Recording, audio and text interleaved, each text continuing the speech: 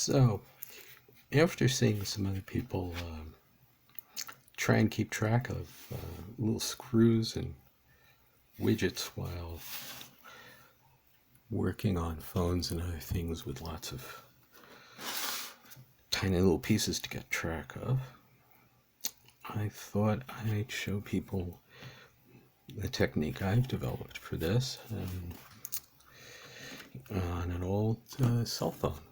So here's a really old cell phone, and I want to take it apart and I want to put it back together and make sure that all the screws go back in exactly the same place they came out of. And so what I do is I take the device and I take a piece of cardboard, and any old piece of scrap cardboard, and I draw an outline of the device, and I draw places where the screws are going to come out of.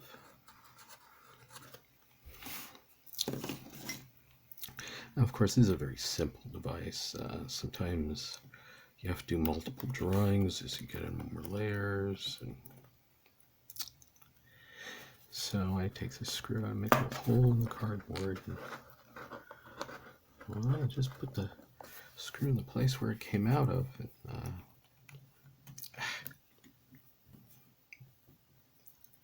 And here's the next screw. Doesn't matter what you make the hole with, as long as it sort of stays there.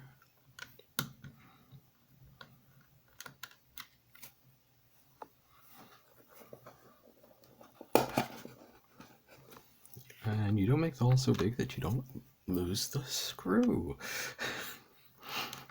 That would be unfortunate, although I guess it would still be under whatever the cardboard is. In this case, it's a box or something I got in the mail, and there's no other use.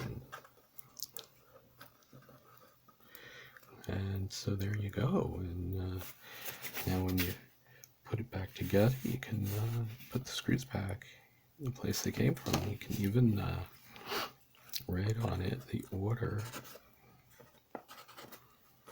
where the screws got removed.